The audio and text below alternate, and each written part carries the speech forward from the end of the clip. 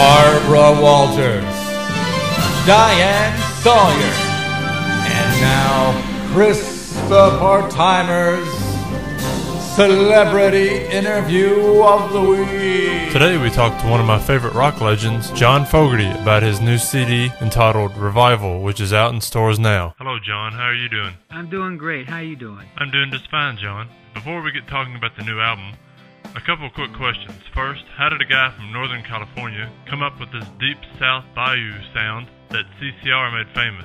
Well, I think it's because the early rock and roll guys that I listened to turned out that they were all from the South. And without really thinking about it or realizing it, I just took it all in. And it seemed to be the natural approach to rock and roll. I really had no idea at the time that it was also a Southern view. It was just something that happened quite naturally. Okay, I understand that you were an Army reservist years ago. And after leaving the service, one of the first things you did was write Proud Mary. What was the inspiration for that song? I had just spent the summer on my active duty, and I was back home in the Bay Area, and I was, really trying hard to get out of the Army and get released from my obligation. And finally, there was a package sitting on the steps to my apartment house. And, I walked by it like 2-3 days in a row. It said something like official government business or something on this little envelope, a white envelope. And I had no idea that it was for me. Well, after it sat there for a few days, I finally decided, well, why aren't they picking that up? So I looked down a little closer and had my name on it. So I opened it up, and there it was. It was my honorable discharge from the Army, and I went, wahoo! I was so happy about that. I actually, quite literally, went out on the little patch of lawn and turned a couple of cartwheels, and then went in the house and I wrote Proud Mary right there. Yeah, it's cool how things work out like that, isn't it? So I see you're back on the fantasy label here. I understand you had some legal battles with some of the people back in the day. Or any of the people at the label the same who fought these legal battles with you years ago? No, we wouldn't even be talking if that was the truth. No, the old, let's say the old evil, mean, bad people sold the record company about 3 years ago, I think, and they basically took their sack full of money and went off somewhere else. They have no interest or say-so in Fantasy Records at all. And the new people are quite delightful and kind of positive, honorable people, which is a big change. And I found that, after a few conversations that they would very much support me. There's also that issue about being paid. Yes, they're going to pay me too. Isn't that nice? Yeah, that's always nice. Let's face it, without CCR, there would be no Fantasy Records. Well, I'd certainly say we put them on the map. I dare say I think there was a point over many years where Creedence was selling about 99.5% of all the records that Fantasy was selling. Wow, that much, huh? Okay, what about the new album Revival are you most proud of? Well, I think that it's taken as a whole, the album. If you sit down and listen to it, you just get this sense of assuredness and a clear vision coming from the guy who's making the record. You just get that. Everybody seems to tell me that.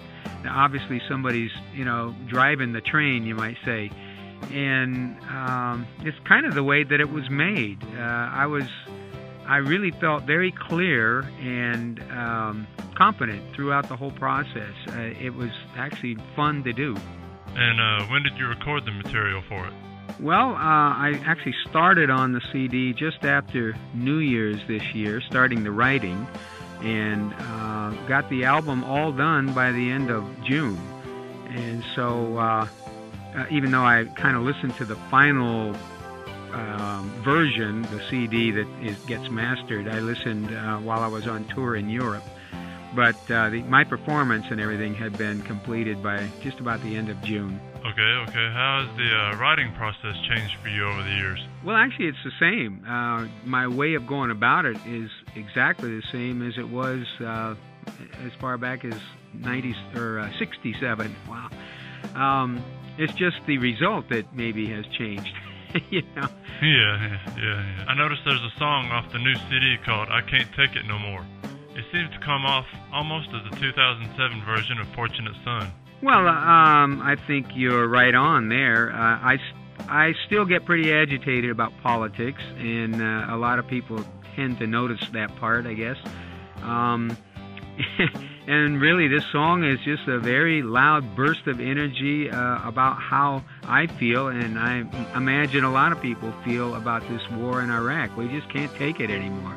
So, is there any touring plans in store for support of Revival? Well, yeah, I'll be out the end of October, really, doing a tour of the U.S. For a while, on into December, I think. And then next spring, I'll start, I don't know where yet, but I'll be going everywhere. Okay, let's go back to the past for one last question. Throughout your career, CCR or solo, were there any songs that you knew were going to be hits upon releasing them? Oh. Let's see. I'm not sure that I ever felt strongly that something was a hit and then it didn't. I know that I was pretty sure about Proud Mary. I mean, that was when I finished writing that song. I mean, I knew when I looked at it, I said, this is a standard. And I meant in terms of people like Hoagy Carmichael or Irving Berlin, you know, or Rodgers and Hammerstein. Not that, you know, I'm naming people that aren't necessarily rock and roll, but it's because rock and rollers weren't used to speaking in terms of standards yet in 1967. And I really felt that I had one, you know, something like White Christmas or Stardust, you know, something that would stand the test of time. I felt quite strongly that Proud Mary was in that league, and also in awe that I had done something like that. And it did work out. That it did. The new album is titled Revival, and it's out in stores today. John, thanks for being on the phone with us today.